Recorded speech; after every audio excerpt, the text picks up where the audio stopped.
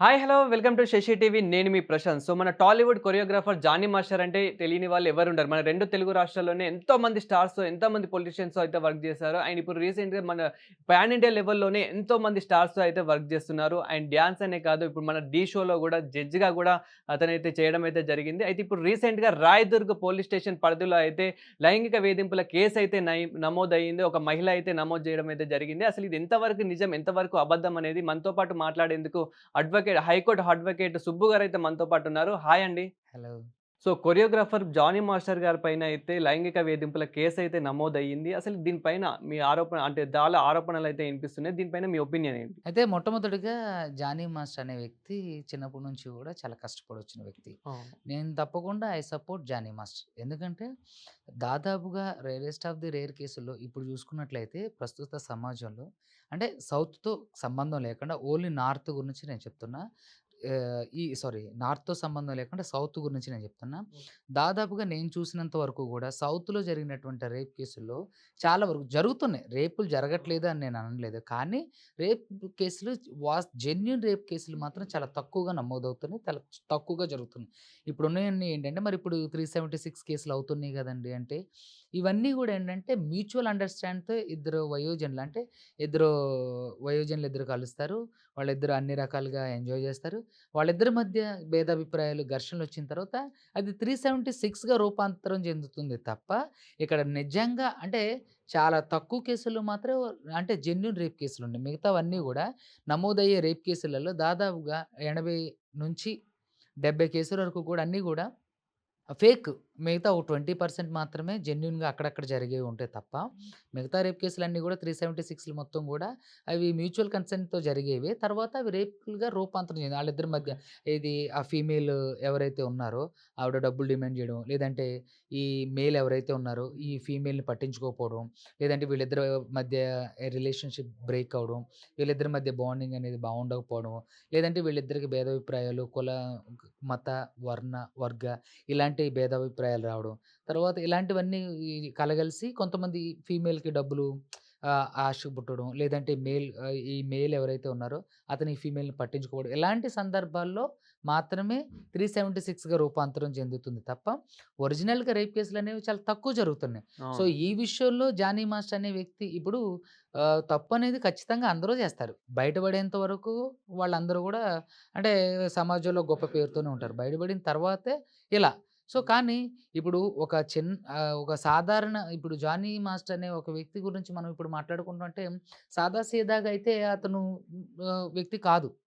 Cinema ఇండస్ట్రీలో అందులోనూ కొరియోగ్రఫీలో ఒక మంచి సుస్థిర స్థానం సంపాదించుకున్న వ్యక్తి. సో, అలాంటి వ్యక్తి మీద ఇలాంటి కేస్ అయింది అనంటే ఇది ఖచ్చితంగా బాధపడాల్సిన అంశమే.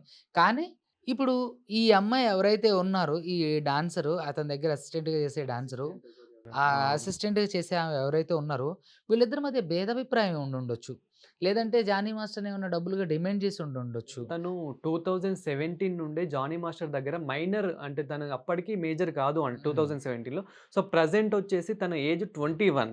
సో, అప్పటి నుండి అంటే ఇప్పుడు తను ఒకవేళ చేసి ఉంటే అప్పుడే ఇది కేస్ పెడుతుండే. బట్ ఈ తనేమంటుందంటే రీసెంట్ ఇప్పుడు ఈ కేస్ పెట్టడం జరిగింది. అయితే ఔట్‌డోర్ నుంచి ఆమె ఎక్కడికైతే ఔట్‌డోర్ ఎళ్తుందో, ఔట్‌డోర్ కేసుల నుంచి గూడా ఇలా జరుగుతుందని జెప్పి ఆవిడ చెప్పడం ముంబై, జరిగింది. బెంగుళూరు ఆహ్, మ ఆహ్, అక్కడికెళ్ళినప్పుడు చాలా జరిగాయని చెప్పేసి సో, కాబట్టి ఈ ఔట్‌డోర్‌కెళ్ళిన దగ్గర నుంచి ఇట్లా జరుగుతుంది అని జెప్పేసనన్ అంటే ఔట్‌డోర్‌కెళ్ళినప్పుడు మరి అలా జరిగినప్పుడు అక్కడెందుకు కంప్లెయింట్ చేయలేదు? అది అందరికి అదే ఇప్పుడు డౌట్. ముంబై అంటే నార్త్ తనకు సంబంధించింది. అక్కడెందుకు చేయలేదు?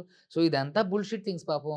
తను చిన్నప్పటి నుంచి చాలా కష్టపడొచ్చిన వ్యక్తి. హ్మ్. అందులోనూ ఇప్పుడు ఆయన పవన్ కళ్యాణ్ గారితో అవును. సపోర్టివ్‌గా ఉన్నారు. రీసెంట్‌గా మనము ఆ! ఎలక్షన్‌లో జూసాం చాలా పవన్ కళ్యాణ్ ప్రచారంలో. గారికి సపోర్టివ్‌గా ఉన్నారు. సో, ఆయన మీద బురద జల్లే ప్రయత్నాలే తప్ప ఇవన్నీ వాస్తవానికైతే జరిగి ఉండొచ్చు. కానీ ఆళ్ళిద్దరి మధ్య మ్యూచువల్ అండర్‌స్టాండ్‌తో జరిగుండొచ్చు. దాన్ని ఆసరాగా తీసుకొని ఏమైనా డబ్బులు డిమాండ్ చేసి ఉండొచ్చు. ఎందుకు మనం ఇప్పుడు చట్టాలు అనుకూలంగా ఉన్నాయి కాబట్టి స్త్రీలు వాళ్ళు ఏది చేసినా సరే చెల్లుబాటు అవుతుందని ఈరోజు సమాజంలో అనుకుంటున్నారు. ఆ! కానీ ఒక పురుషుడే మనం సపోర్ట్ చేసుకోలేకపోతే ఇప్పుడు అక్కడ జరిగిన సందర్భాలేంటో వాస్తవానికి మనకు తెలీదు. అవును. కానీ మనం చూసుకున్నట్టయితే అక్కడ జరిగిన సంఘటనలు బేరీజు వేసుకున్నట్లయితే మరి ఎప్పుడో జరుగుతున్న ఇప్పుడు రేప్ అంటే నీకిష్టం లేకోకుండా నిన్ను గాయపరిచిండు. నిన్ను అవును. రేప్ చేసి అంటే నిన్ను లైంగికంగా లొంగదీసుకుండు. నువ్వు ఆ రోజే ఎందుకు కేస్ పెట్టాల్సింది? ఆ రోజే నువ్వు పోలీస్ స్టేషన్‌కి వెళ్ళాల్సింది. సర్టెయిన్ టైమ్ వరకు ఆగి, ఇప్పుడు చేయటంలో నీ ఆంతర్యం ఏంటి?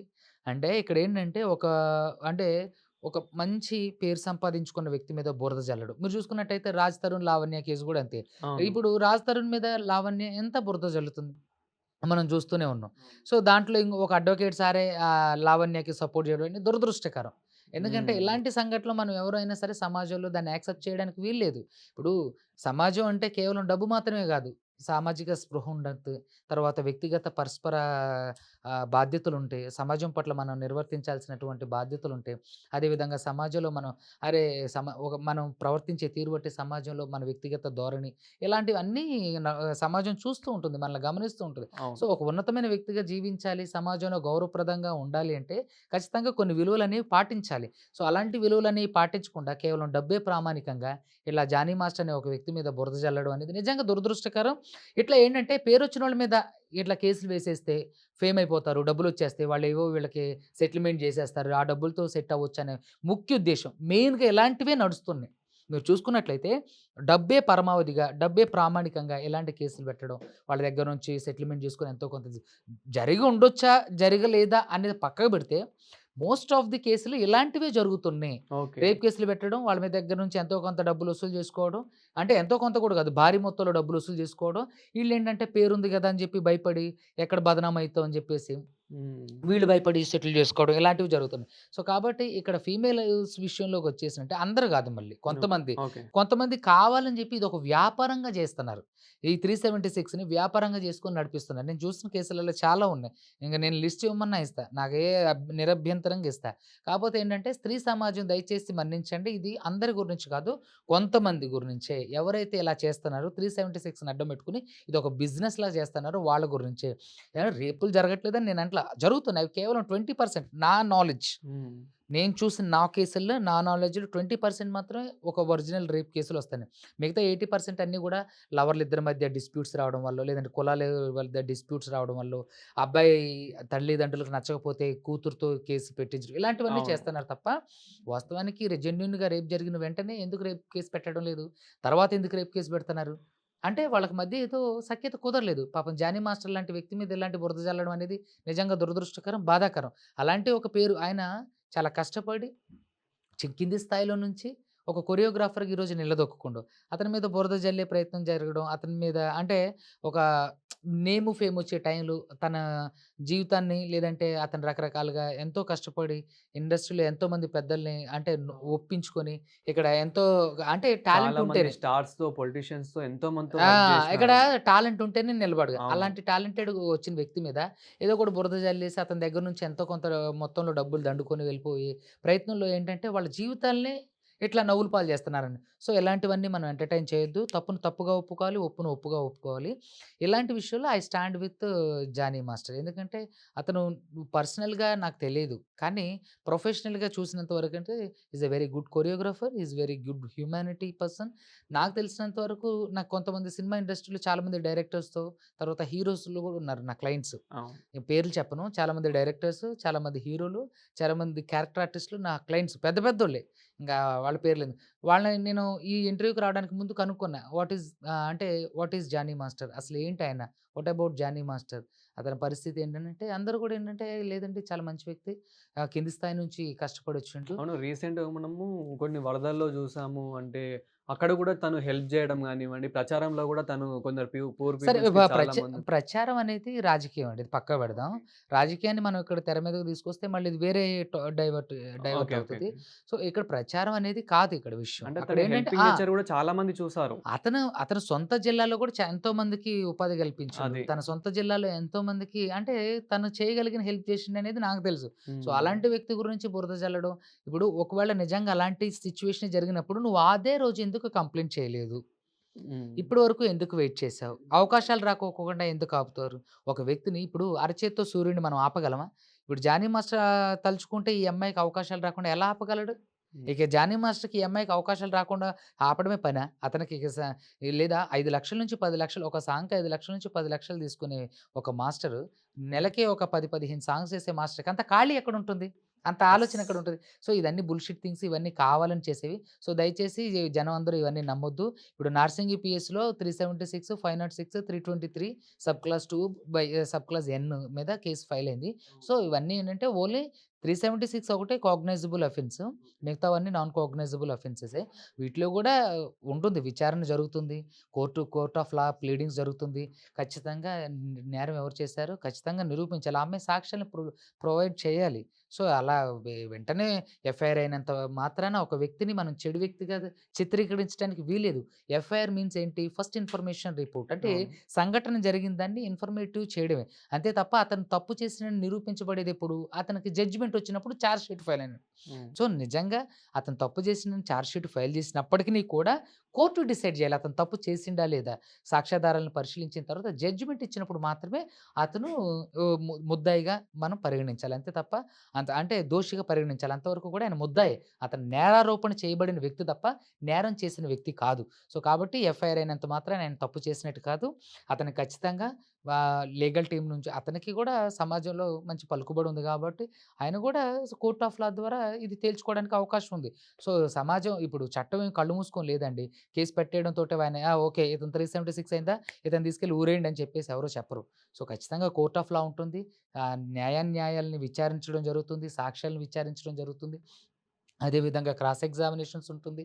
అదేవిధంగా ప్లీడింగ్స్ ఉంటుంది. ఆర్గ్యుమెంట్స్ ఉంటుంది. ఇవన్నీ ఉన్న తర్వాత మాత్రమే వాళ్ళు తప్పు చేసినట్టుగా జడ్జిమెంట్ వచ్చినప్పుడు మాత్రమే ఆయన తప్పు చేసిన వ్యక్తిగా మాత్రమే చిత్రీకరించబడతారు. సో, ఇప్పుడు అతను ముద్దాయి నేరారోపణ చేయబడిన వ్యక్తి కాబట్టి సో, దయచేసి జానీ మాస్టర్ మీద వచ్చినటువంటి వదంతుల్ని నమ్మొద్దు. ఒకవేళ ఇలాంటివి ఫ్యూచర్‌లో ఇంకా సినిమా ఇండస్ట్రీ వాళ్ళ మీద వేయడం అనేది ఏంటంటే పరిపాటి అయిపోయిందన్నట్టు. ఫైనల్‌గా తను అంటే ఏదో ఒక ఆశించి ఆ మహిళ ఏదో ఒకటి డబ్బు పరంగా గానివ్వండి, ఇంకేదైనా ఆశించి ఇదంతా చేస్తుందంటున్నారా? నాకు తెలిసినంత వరకు మోస్ట్‌లీ ఏంటంటే ఆశించి అని చెప్పి మనం కరెక్ట్‌గా పాయింట్ ఔట్ చేయలేము.